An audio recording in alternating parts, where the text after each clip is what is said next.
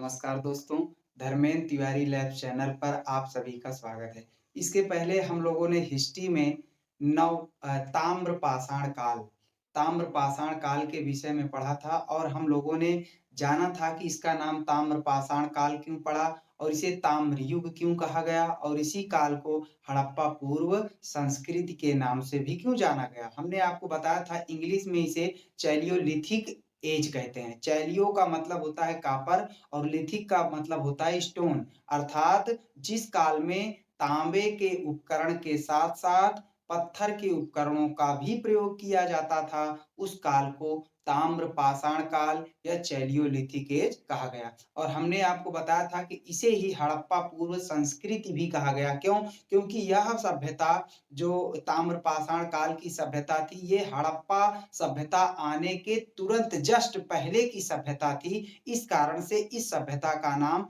हड़प्पा पूर्व ताम्र पाषाणिक संस्कृति के नाम से भी जाना गया। इसे ही ताम्र युग कहा गया क्योंकि इस काल में मानव सर्वप्रथम जिस धातु का प्रयोग किया वो कौन सी धातु थी? तांबा। और हमने यहाँ तक भी बात किया था कि इस काल में जो मानव के द्वारा उपयोग किया गया तांबे का प्रथम उपकरण जो था वो कुल्हाड़ी थी और जो कुल्हाड़ी प्राप्त है मद्रास से प्राप्त कुल्हाड़ी का जो साक्ष्य हमें प्राप्त है उस कुल्हाड़ी से पता चलता है कि मानव 5000 ईसा पूर्व से तांबे की धातु का प्रयोग प्रारंभ कर दिया था। हमने इन सब के विषय में पिछली क्लास में अध्ययन किया था। आज हम लोग विशेष रूप से हड़प्पा सभ्यता, हमने बताया था कि हड़प्पा सभ्यता अगला चैप्टर लेके आएंगे जिसे हम हड़प्पा सभ्यता, सिंधु घाटी सभ्यता, कांस्य युगीन सभ्यता, मेलुहा सभ्यता, सरस्वती सभ्यता, इन सब नामों से जानते हैं। और इन सब को हम विशेष रूप से अध्ययन करेंगे कि इनका नाम किस कारण से पड़ा, कैसे हड़प्पा पड़ा। अजीब सा नाम लग रहा होगा कि हड़प्पा क्या है, एक विचित्र नाम लग रहा हो। तो हम जब आप इसको अध्ययन सही तरीके से कर लेंगे तो आपको इसके बारे में पता चल जाएगा और बहुत ही इंटरेस्टिंग चैप्टर है। तो आइए स्टार्ट करते हैं। सर्वप्रथम 1826 में चार्ल्स मैसन ने ब्रिटिश सरकार भारत में उस समय 1826 की जब बात कर रहे हैं तो उस समय भारत में अंग्रेजों की सरकार थी। अंग्रेज लोग भारत पर शासन किया करते थे। ब्रिटिश गवर्नमेंट के भारतीय क्या थे? गुलाम थे, अर्थात हम लोग गुलामी की बेड़ियों में जकड़े हुए थे अंग्रेजों के अंतर्गत। तो अंग्रेजों का उस समय शासन था। तो उस समय एक पुरातत्व विभाग के एक बड़े अधिकारी एक प्रकार से माने जिसका नाम था क्या? चार्ल्स मैसन। 1826 में चार्ल्स मैसन ने हड़प्पाई टीले के बारे में ब्रिटिश सरकार को जानकारी दी, लेकिन ब्रिटिश सरकार ने उनकी इन बातों पर ध्यान नहीं दिया और उसे क्या कर दिया? इग्नोर किया। तो क्वेश्चन एग्जाम में ये आया था और जो है सीआईएसएफ के एग्जाम में सेंट्रल लेवल के एग्जाम में ये आया था क्वेश्चन कि हड़प्पा सभ्यता की जानकारी सर्वप्रथम किसने दी थी? तो हड़प्पा सभ्यता की जानकारी सर्वप्रथम 1826 में चार्ल्स मैसन ने ब्रिटिश सरकार को दी थी, लेकिन ब्रिटिश सरकार ने उनकी इन बातों पर ध्यान नहीं दिया। उसके बाद 1853 से 1876 के बीच में एएसआई जनरल कनिंघम, उस समय एएसआई का मतलब होता है आर्कियोलॉजिकल सर्वे ऑफ इंडिया, अर्थात भारतीय पुरातत्व सर्वेक्षण के डीजी थे। कौन? General Cunningham. अब डीजी का मतलब डायरेक्टर जनरल। डायरेक्टर जनरल को हिंदी में क्या कहेंगे? महानिदेशक। अर्थात भारतीय पुरातत्व सर्वेक्षण विभाग के जो प्रथम डीजी थे वो कौन थे? जनरल कनिंघम थे। और जनरल कनिंघम ने 1853 से लेकर 1876 तक हड़प्पाई पुरास्थल के क्षेत्रों का क्या किया? सर्वेक्षण किया। और 1861 में जाकर जनरल लॉर्ड कैनिंग, 1861 में लॉर्ड कैनिंग का जो कार्यकाल रहा, जो भारत के जनरल रहे लॉर्ड कैनिंग, 1856 से 1862 तक गवर्नर जनरल, भारत के गवर्नर जनरल के रूप में लॉर्ड कैनिंग जो है पद को संभाले थे। तो 1861 में लॉर्ड कैनिंग के समय में भारतीय सर्वेक्षण एएसआई का जो है क्या किया गया? स्थापना किया गया। और 1905 में जाके लॉर्ड कर्जन के शासनकाल में। लॉर्ड कर्जन का शासनकाल कब से कब तक रहा? 1899 से 1905 तक। तो 1899 से 1905 तक लॉर्ड कर्जन का काल रहा। तो लॉर्ड कर्जन के काल में जाकर पुरातत्व सर्वेक्षण विभाग का क्या हुआ?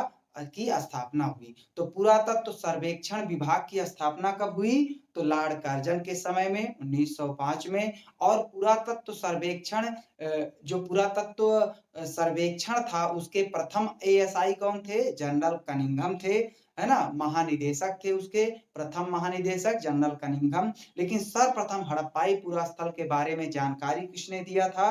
तो किसने दिया था? 1826 में चार्ल्स मैसन ने। लेकिन ब्रिटिश सरकार ने उनकी बातों पर ध्यान नहीं दिया और इग्नोर कर दिया। उसके बाद 1921 में, कब? 1921 में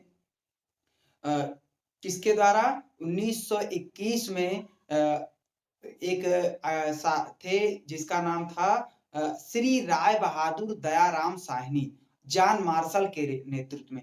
1921 में जो अगले डीजी थे जिसका नाम क्या था? क्या नाम था? General Marshall, John Marshall, John Marshall. 1921 में जॉन मार्शल के नेतृत्व में श्री राय बहादुर दयाराम साहनी ने हड़प्पा पुरास्थल की सर्वप्रथम खुदाई की। और इस तरीके से जो है क्या कहते हैं, सर्वप्रथम हड़प्पा पुरास्थल की खुदाई किसके नेतृत्व में हुई? श्री राय बहादुर दयाराम साहनी के नेतृत्व में। कब हुई? 1921 में। और किसके नेतृत्व में? तो जॉन मार्शल के नेतृत्व में। लेकिन सर्वप्रथम हड़प्पाई पुरास्थल का की जानकारी किसने दी थी? तो 1826 में चार्ल्स मैसन ने दी थी। अब हम बात करते हैं कि इस सभ्यता का नाम, सिंधु घाटी सभ्यता का नाम सिंधु घाटी सभ्यता क्यों पड़ा? तो सिंधु घाटी सभ्यता का नाम सिंधु घाटी सभ्यता नाम इसलिए पड़ा क्योंकि जो प्रारंभिक पुरास्थल थे, प्रारंभिक पुरास्थल में चाहे आप हड़प्पा ले लें, चाहे मोहनजोदड़ो, चनहूदड़ो या कोटदीजी या अलीमुराद आदि जो भी पुरास्थल प्रारंभ में जिन पुरास्थलों की खुदाई हो रही थी, वो सभी पुरास्थल सिंधु नदी के किनारे ही प्राप्त हो रहे थे। सिंधु नदी कहाँ है? पाकिस्तान में है। पाकिस्तान में एक नदी है जिसका नाम है सिंधु, और उस सिंधु नदी के इर्द गिर्द आसपास जो प्रारंभिक पुरास्थल थे, चाहे हड़प्पा हो, चाहे वो क्या कहते हैं मोहनजोदड़ो हो, चाहे चनहूदड़ो हो या कोटदीजी हो या अलीमुराद हो, इस टाइप के प्रारंभिक पुरास्थल, जितने भी प्रारंभिक पुरास्थलों की खुदाई हुई, वो सारे पुरास्थल सिंधु घाटी नदी, सिंधु नदी या उसकी सिंधु की सहायक नदियों के आसपास वो पुरास्थल प्राप्त हुए।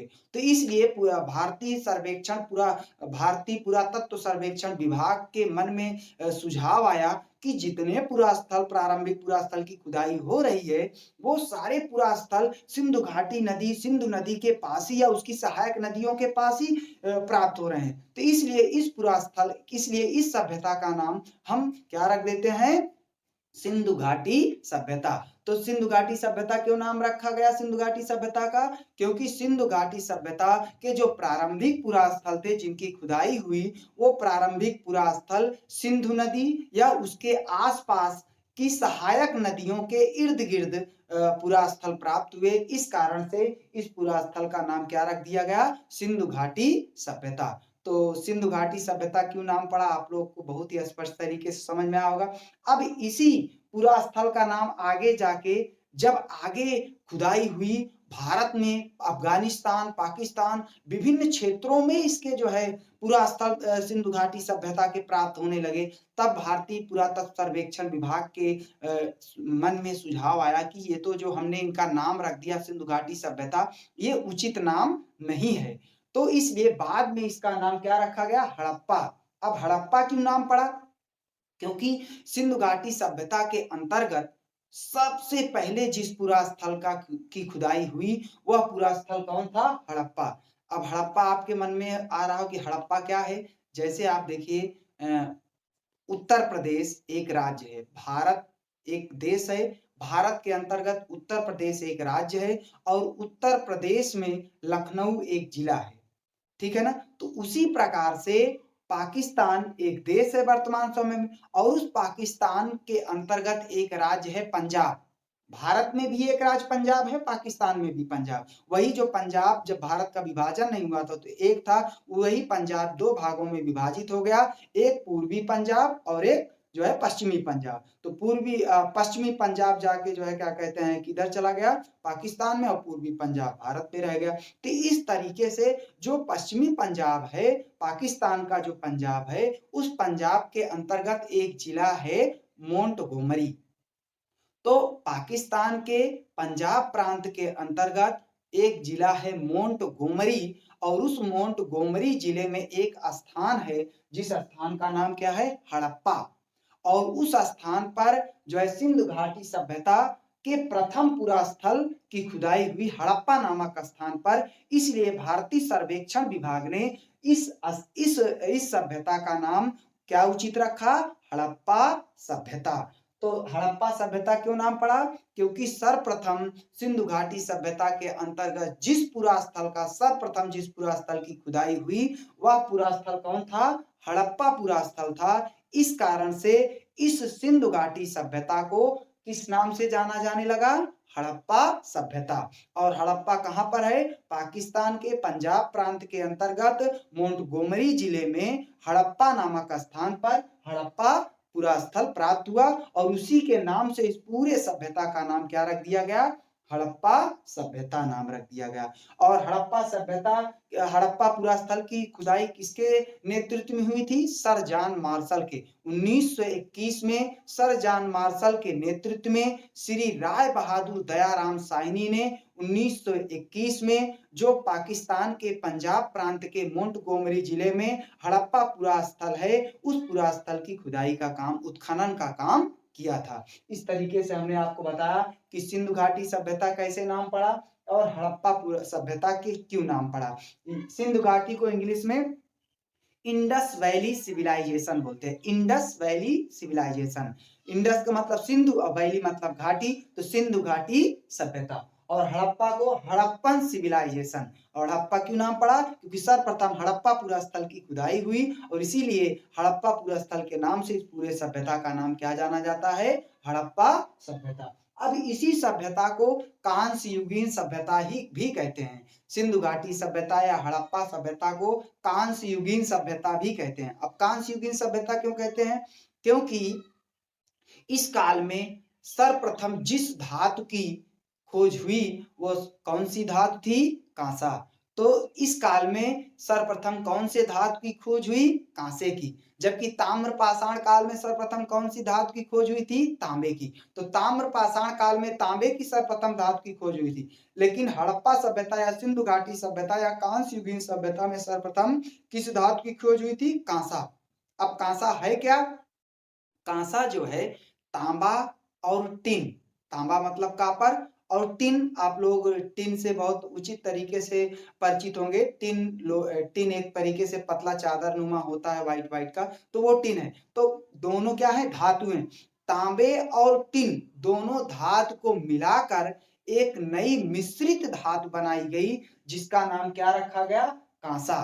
तो इसलिए इस सभ्यता का नाम क्या कहा जाता है, कांस्य युगीन सभ्यता। तो सिंधु घाटी सभ्यता को कांस्य युगीन सभ्यता क्यों कहा जाता है, क्योंकि इस काल में सर्वप्रथम कांसे की धातु की खोज हुई, इसलिए इस काल को कांस्य युगीन सभ्यता भी कहा जाता है। तो कांसा कैसी धातु है, मिश्र धातु है।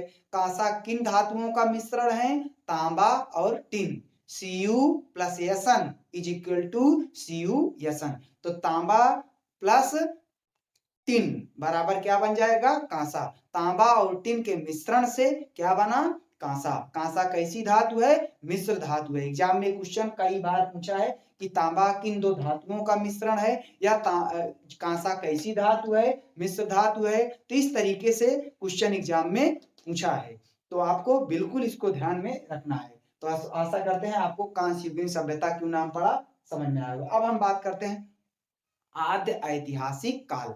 इसका नाम आद्य ऐतिहासिक काल क्यों पड़ा, हड़प्पा सभ्यता या कांस्य युगीन सभ्यता या सिंधु घाटी सभ्यता के जो मानव थे वो लिखना पढ़ना जानते थे, लेकिन उनके लिखने की शैली बहुत कठिन थी।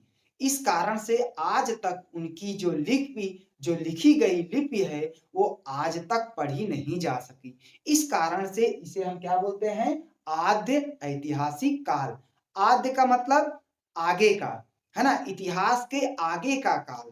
इतिहास के आगे के काल को हम क्या बोलते हैं? आद्य ऐतिहासिक काल। इतिहास के पहले के काल को हम आद्य ऐतिहासिक काल कहते हैं। और आद्य ऐतिहासिक काल क्यों नाम पड़ा? क्योंकि इस काल में जो लेखन कला और लिपि तो थी, अर्थात हड़प्पावासी या सिंधु घाटी सभ्यता के लोग लिखना पढ़ना जानते थे, लेकिन उनके लिखने की शैली जो थी वो बहुत कठिन थी, या उनका जो लिपि था वो बहुत कठिन था। इस कारण से आज तक उस लिपि को पढ़ा नहीं जा सका है। इसलिए इस काल को हम आद्य ऐतिहासिक काल में रखते हैं। तो हड़प्पा सभ्यता को कौन से काल में रखते हैं? आद्य ऐतिहासिक काल में। और ये अब क्यों पढ़ा नहीं जा सका, कारण क्या है? तो इसका कारण यह है कि जो आद्य ऐतिहासिक काल के जो साक्ष्य या जो लिपि है, वो पहली बात तो इसमें 400 लिपियां हैं। 400 लिपियां, इतनी ज्यादा लिपियां हैं, इस कारण से इसे क्या हुआ? पढ़ा नहीं। और इस लिपि की जो शैली है, इस आद्य ऐतिहासिक काल हड़प्पा सभ्यता के लोगों की जो लिपि की शैली है वो हलावर्त है। हलावर्त, या इसे हम गौमूत्रिका या या जो है बोस्टोफेडस कहते हैं। इस लिपि को हम किस नाम से जानते हैं? बोस्ट्रोफेडस, बोस्ट्रोफेडस या हलावर्त या गौमूत्रिका शैली। तो हड़प्पा सभ्यता की जो लिपि है, लिपि की संख्या, अक्षरों की संख्या कितनी है? हड़प्पा सभ्यता के अक्षरों की संख्या कितनी है? 400 है।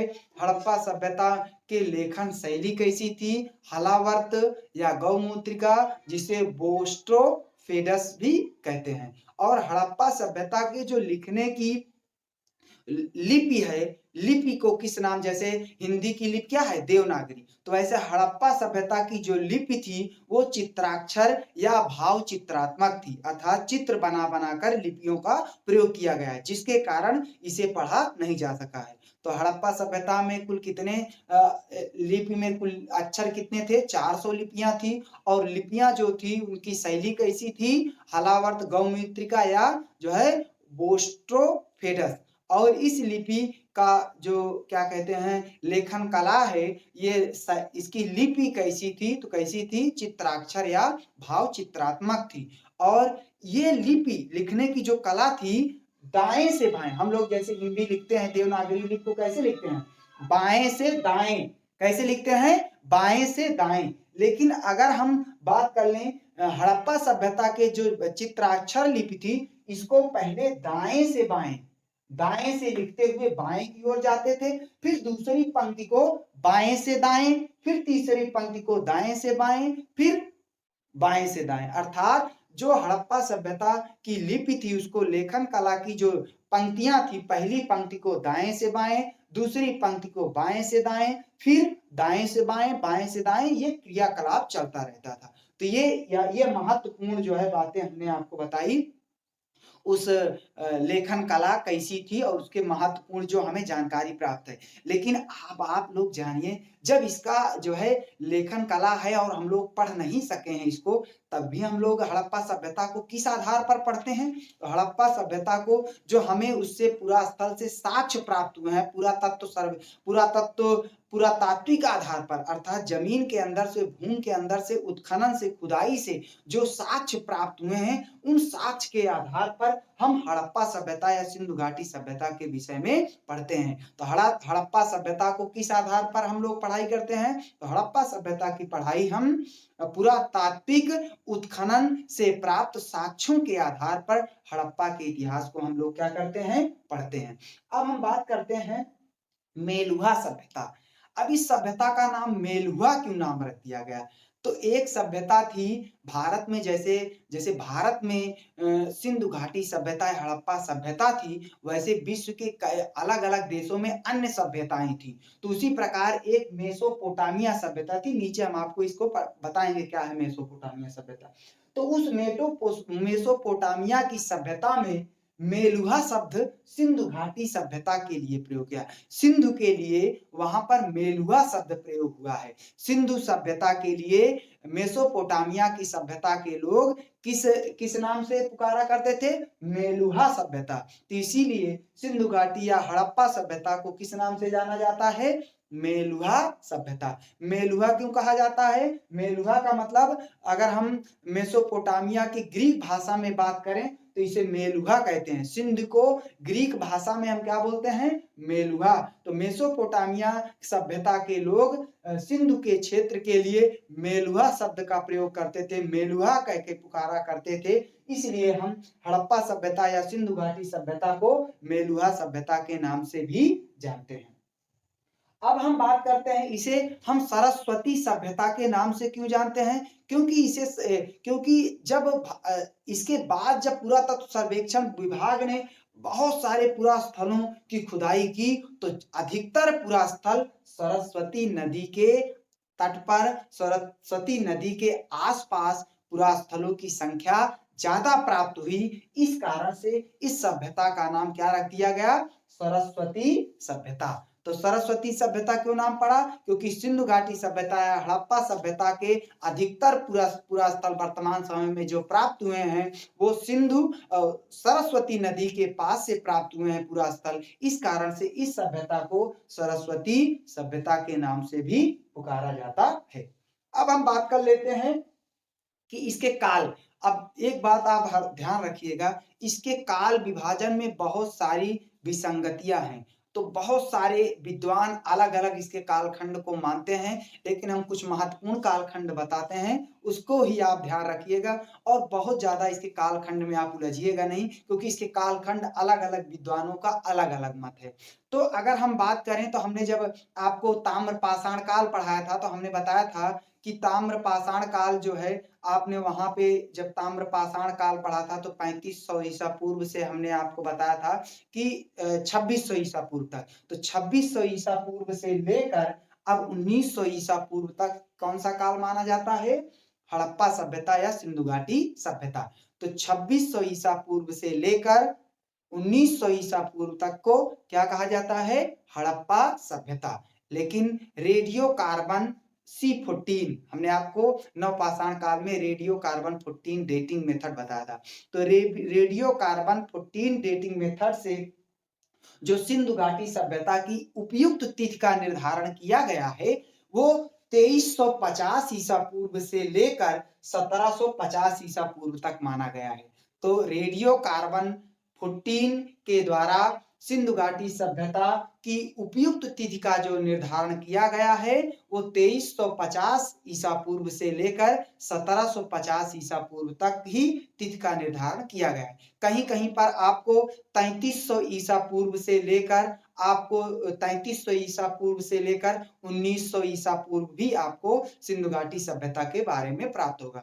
और कहीं कहीं पर आपको 1900 ईसा पूर्व से लेकर 1500 ईसा पूर्व तक या 2400 ईसा पूर्व से लेकर 1900 ईसा पूर्व तक सिंधु घाटी सभ्यता के कालखंड के विवरण आपको प्राप्त होंगे। लेकिन जो उपयुक्त है, एक आप ध्यान रखिए, 2600 ईसा पूर्व से लेकर कब तक? 1900 ईसा पूर्व। और रेडियो कार्बन 14 के माध्यम से जो सर्वमान्य सिंधु घाटी सभ्यता की उपयुक्त तिथि मानी गई है 2350 ईसा पूर्व से 2350 ईसा पूर्व से 1750 ईसा पूर्व तक मानी गई है। अब हम बात कर लेते हैं, अब इसी जब भारत में, अब भारत की हम बात कर रहे हैं तो आपके भारत इस प्राचीन काल के पाकिस्तान, अफगानिस्तान और वर्तमान समय के भारत, तीनों देशों को लेकर हम भारत की बात कर रहे हैं। आप ये न समझिए कि वर्तमान समय के भारत, ठीक है ना। प्राचीन काल में पाकिस्तान और अफगानिस्तान सब भारत का हिस्सा था, तो हम उस समय के भारत की बात कर रहे हैं। तो भारत में जिस प्रकार हड़प्पा सभ्यता के समकालीन साक्ष्य प्राप्त हुए हैं, उसी प्रकार हड़प्पा सभ्यता के समकालीन विश्व के कुछ अन्य महत्वपूर्ण सभ्यताएं भी विकसित हुई थी। हड़प्पा सभ्यता के समकालीन ही विश्व में और भी कुछ अन्य महत्वपूर्ण सभ्यताएं भी विकसित हुई थी, जैसे मेसोपोटामिया सभ्यता, नील घाटी सभ्यता और जो है वांगो सभ्यता। तो इन तीनों सभ्यताओं का बहुत ही महत्व है, तो हम इसको जरूर पढ़ लेते हैं, उसके बाद फिर हम आगे विभाजन करते हैं। हम बात करेंगे मेसोपोटामिया की सभ्यता। मेसोपोटामिया, इसका नाम क्यों पड़ा? अब अजीब सा नाम लग रहा हो कि ये कैसा शब्द है। ये ग्रीक वर्ड है। मेसोपोटामिया एक ग्रीक भाषा का शब्द है, इसलिए हमको आपको पढ़ने में थोड़ा सा अटपटा लगता है, ऊट-पटांग लगता है। तो मेसोपोटामिया किस भाषा का शब्द है? ग्रीक भाषा का शब्द है, ग्रीक वर्ड है, जो मेसो प्लस पोटामिया से मिलकर बना है। मेसोपोटामिया ग्रीक भाषा के दो वर्डों से मिलकर मेसो प्लस पोटामिया से मिलकर बना है। मेसो का मतलब होता है मेसो मध्य। अगर आपको मेसोलिथिक एज मैंने पढ़ाया था, मध्य पाषाण काल, तो वहां पर बताया था मेसो का मतलब मध्य और लिथिक का मतलब पाषाण। तो वैसे मेसोपोटामिया, मेसो का मतलब क्या हो जाएगा? मध्य, और पोटामिया का मतलब ग्रीक भाषा में नदी होता है। ग्रीक भाषा में मेसो का मतलब क्या हो गया? मध्य, और पोटामिया का मतलब होता है नदी। तो जिस सभ्यता का, अर्थात जिस सभ्यता का विकास किसके? दो नदियों के मध्य, दजला एवं फरात। मेसोपोटामिया की सभ्यता किन दो नदियों के मध्य विकसित हुई? दजला एवं फरात। मेसोपोटामिया की सभ्यता किन दो नदियों के मध्य विकसित हुई? दजला एवं फरात नदियों के मध्य। तो इसीलिए मेसोपोटामिया, मेसो मीन्स मध्य, पोटामिया मीन्स नदी, तो अर्थात मेसोपोटामिया की सभ्यता जिन दो नदियों के मध्य विकसित हुई, उन्हीं क्षेत्रों को क्या नाम रख दिया गया? मेसोपोटामिया।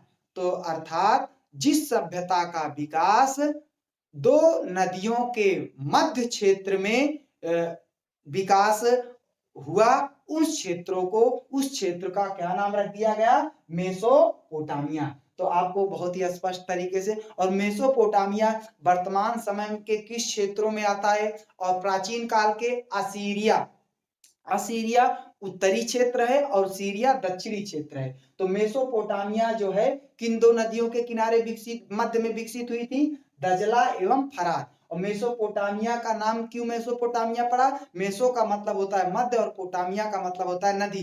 तो जो जो पूरा स्थल या जो सभ्यता दो नदियों के मध्य में विकसित हुई, उन्हें हम किस नाम से जानते हैं? मेसोपोटामिया सभ्यता। वर्तमान समय में यही असीरिया और सीरिया का जो क्षेत्र है, वर्तमान समय में के इराक, ईरान, कुवैत और क्या कहते हैं, कुवैत और सीरियाई, इन सारे क्षेत्रों से जो है ये वर्तमान समय के क्षेत्र मेसोपोटामिया क्षेत्र के अंतर्गत आते हैं। यहाँ पर हमने लिखा है, देखिए, वर्तमान समय में इराक, ईरान, तुर्की, कुवैत, सीरिया, ये सारे क्षेत्र जो है मेसोपोटामिया सभ्यता के अंतर्गत आते हैं। जैसे भारत में अभी वर्तमान समय, प्राचीन काल के भारत और वर्तमान समय के भारत की बात करें, तो प्राचीन काल के भारत अब वर्तमान समय में अब पाकिस्तान, अफगानिस्तान और भारत, इन सारे क्षेत्रों से हड़प्पा सभ्यता के पुरा स्थल प्राप्त हैं। उसी प्रकार वर्तमान समय के कौन कौन से? सीरिया, कुवैत, इराक, ईरान और कौन सा? सीरिया, इराक, ईरान, कुवैत, तुर्की, इन सारे क्षेत्रों से मेसोपोटामिया की सभ्यता के पुरा स्थल क्या है? प्राप्त हैं। तो बहुत ही स्पष्ट तरीके से समझ में आया होगा। तो दजला फरात नदियों के मध्य में कौन सी सभ्यता विकसित हुई? मेसोपोटामिया की सभ्यता। अब हम बात करते हैं नील घाटी सभ्यता। तो देख रहे हैं ना, तो इसका भी नाम नील घाटी सभ्यता। क्यों? क्योंकि ये सभ्यता नील नदी के पास, नील नदी घाटी, नील नदी के पास विकसित हुई, इस कारण से इसका नाम क्या रख दिया गया? नील घाटी सभ्यता। तो आपको नाम से ही स्पष्ट समझ में आ रहा हो कि नील घाटी सभ्यता क्यों पड़ा? क्योंकि इस सभ्यता का विकास नील नदी के तट पर के आसपास विकसित हुई, इस कारण से इसे नील घाटी सभ्यता के नाम से जाना जाता है। और नील घाटी सभ्यता कहां पर? अफ्रीका में। नील घाटी सभ्यता कहां पर विकसित हुई? अफ्रीका में। और दजला फरात जो नदी के पास मेसोपोटामिया सभ्यता कहां पर? वर्तमान समय के Syria, Iraq, Iran, Kuwait, Syria, इन सारे क्षेत्रों से जो है मेसोपोटामिया सभ्यता के पुरा स्थल प्राप्त हुए हैं। अब हम बात कर लेते हैं वांगो सभ्यता। वांगो जैसे नील घाटी सभ्यता नील नदी के तट पर, वैसे वांगो सभ्यता वांगो नदी के तट पर विकसित हुई। इस कारण से इस सभ्यता का नाम क्या रख दिया गया, वांगो सभ्यता। तो वांगो सभ्यता क्यों नाम पड़ा इस सभ्यता का, क्योंकि ये सभ्यता वांगो नदी अर्थात इसे पीली नदी के भी नाम से जाना जाता है। वांगो नदी को पीली नदी के नाम से भी जाना जाता है और वांगो सभ्यता वांगो नदी के तट पर विकसित हुई। इस कारण से इस सभ्यता का नाम वांगो सभ्यता रख दिया गया। और वांगो सभ्यता जो है किस देश में विकसित हुई, चीन में। तो नाम से भी आपको समझ में आ रहा होगा कौन सी देश का नाम है। तो वांगो सभ्यता किस देश में विकसित हुआ, चीन में। वहीं पर नील घाटी सभ्यता अफ्रीका में। मेसोपोटामिया सभ्यता इराक, ईरान, सीरिया, कुवैत, है ना, और क्या कहते हैं इस तरीके से तुर्की, इन सारे क्षेत्रों में विकसित हुआ। अब हम बात कर लेते हैं कि हड़प्पा सभ्यता के लोग मुख्य रूप से कहाँ के निवासी थे। तो हड़प्पा सभ्यता के लोग मुख्य रूप से द्रविड़ या भूमध्य सागरी थे। भूमध्य सागरी का मतलब इक्वेटर, भूमि के मध्य भाग से विचरण करके जो है उनका प्रसार हुआ था। तो एग्जाम में क्वेश्चन पूछता है तो ज्यादा उपयुक्त कहीं कहीं पर द्रविड़ मिलेगा, कहीं पर भूमध्य, तो ज्यादा उपयुक्त जो माना जाता है भूमध्य सागरी। तो दोनों याद रखना है आपको। हड़प्पा सभ्यता के लोग, हड़प्पा सभ्यता के मानव कहाँ के निवासी थे, तो कहां पर निवास करते थे प्रारंभ में, कहां से आए, इनका प्रसार हुआ था, भूमध्य सागरी थे या द्रविड़, द्रविड़ या भूमध्य सागरी। जैसे हम यहाँ पर एक ग्राफ बना दें ऐसे, ये आप मान लीजिए ये एक ग्लोब है और इस ग्लोब का मध्य भाग ये है इक्वेटर, भूमध्य सागर। तो यहाँ से भूमि के मध्य भाग से इन हड़प्पा वासियों का जो है भारत, पाकिस्तान, अफगानिस्तान वर्तमान समय के क्षेत्रों में इनका प्रसार हुआ था। तो इस कारण से जो है ये जो है कहां से इनका प्रसार हुआ था, भूमध्य सागर। तो हड़प्पा वासी या सिंधु घाटी सभ्यता के लोग या कांस्य युगीन सभ्यता के लोग कहां के मूल निवासी थे, भूमध्य सागरी या द्रविड़ थे। हड़प्पा वासी कहां के निवासी थे, मुख्य रूप से भूमध्य सागरी या द्रविड़ के निवासी थे।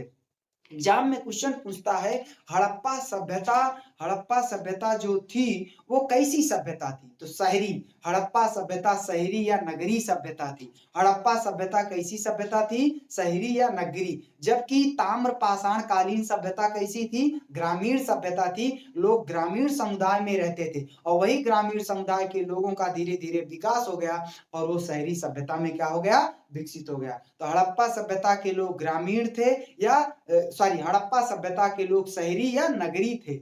जबकि ताम्र पाषाण कालीन सभ्यता के लोग कैसे थे, ग्रामीण समुदाय के थे, गांव में रहा करते थे। हड़प्पा सभ्यता से जो विकसित पुरास्थल हमें प्राप्त हैं, हड़प्पा सभ्यता से कुल 6 विकसित पुरास्थलों के साक्ष्य प्राप्त है। अर्थात हड़प्पा सभ्यता में जितने पुरास्थल प्राप्त हैं उनमें से केवल 6 पुरास्थलों को परिपक्व शहर, बड़े महानगर की संज्ञा दी जाती है। तो हड़प्पा सभ्यता के कुल कितने महानगरों को, कितने शहरों को बड़े नगर की संज्ञा दी जाती है। जैसे आज के समय में मुंबई एक बड़ा महानगर है, लखनऊ एक बड़ा नगर है, और क्या कहते हैं दिल्ली एक बड़ा नगर है ना, तो चेन्नई एक बड़ा नगर है, बंगलोर एक बड़ा नगर है। तो उसी प्रकार उस समय में हड़प्पा सभ्यता में 6 बड़े महानगर हुआ करते थे, जिसमें था, आप एक ट्रिक मैंने बनाया था, आप याद रखें, मोहनहड़गढ़, राखी, धौला, काली। क्या है, मोहनहड़गढ़, राखी, धौला, काली। ये 2015 सन 2015 से पहले इसकी कालक्रम ऐसे माना जाता है। तो सबसे बड़ा पूरा स्थल सिंधु घाटी सभ्यता का किसे, मोहनजोदड़ो। उसके बाद हड़ से हड़प्पा, दूसरे नंबर पर बड़ा नगर कौन था, हड़प्पा। और फिर उसके बाद तीसरे गढ़वारी वाला, कौन सा, गढ़वारी वाला। फिर उसके बाद राखीगढ़ी, फिर उसके बाद धौलावीरा, और उसके बाद फिर आप यहां पर देखिए मोहनजोदड़ो, फिर उसके बाद हड़प्पा, फिर गढ़वारी वाला, राखीगढ़ी, फिर उसके बाद धौलावीरा, फिर उसके बाद कालीबंगा। तो मोहनहड़गढ़, राखी, धौला, काली। ठीक, आप याद रखिए, मोहनहड़गढ़, राखी, धौला, काली। मोहन से पहला सबसे बड़ा महानगर, मोहनजोदड़ो, दूसरा हड़प्पा, तीसरा गढ़वारी वाला और चौथा राखीगढ़ी, पांचवा पांचवा धौलावीरा और छठवां जो बड़ा नगर था कालीबंगा। तो इस तरीके से हड़प्पा सभ्यता से 2015 सन 2015 के पहले इसे माना जाता था, लेकिन 2015 में राखीगढ़ी में और विस्तृत पुरास्थल की खुदाई हुई, जिसके कारण इसे और बड़े पुरास्थलों के रूप में माना गया। इसमें फिर इसका नाम बदल के अब आप वर्तमान समय में जो बड़े नगर की संज्ञा दी जाती है आगे राखीगढ़ी, क्योंकि जब राखीगढ़ी की खुदाई हुई तो और बड़े बड़े जो है उसके प्रसार क्षेत्र और बढ़ गया। तो इस कारण से अब 2015 के बाद से इसका ट्रिक जो हो गया, अर्थात ये जो क्रम हो गया बड़े नगर का, वो हो गया राखी, मोहन, हड़गड़, धौला, काली। राखी, मोहन, हड़गड़, धौला, काली। राखी, मोहन, हड़गड़, धौला, काली। पहला बड़ा महानगर राखीगढ़ी, दूसरा बड़ा महानगर उसके बाद मोहनजोदड़ो और तीसरा महानगर हड़प्पा और चौथा महानगर गढ़वारी वाला और पांचवा धौलावीरा और छठा बड़ा नगर जो था कालीबंगन। तो इस तरीके से हम आशा करते हैं आपको हड़प्पा सभ्यता या हड़प्पा पुरास्थल या सिंधु घाटी सभ्यता बहुत ही स्पष्ट तरीके से समझ में आया होगा। और आप लोग अगर कहीं भी समस्या हो तो कमेंट करके जरूर बताइए, जिससे आपको स्पष्ट तरीके से समझ में आए। धन्यवाद, टेक केयर, फिर से नया वीडियो लेके आते हैं।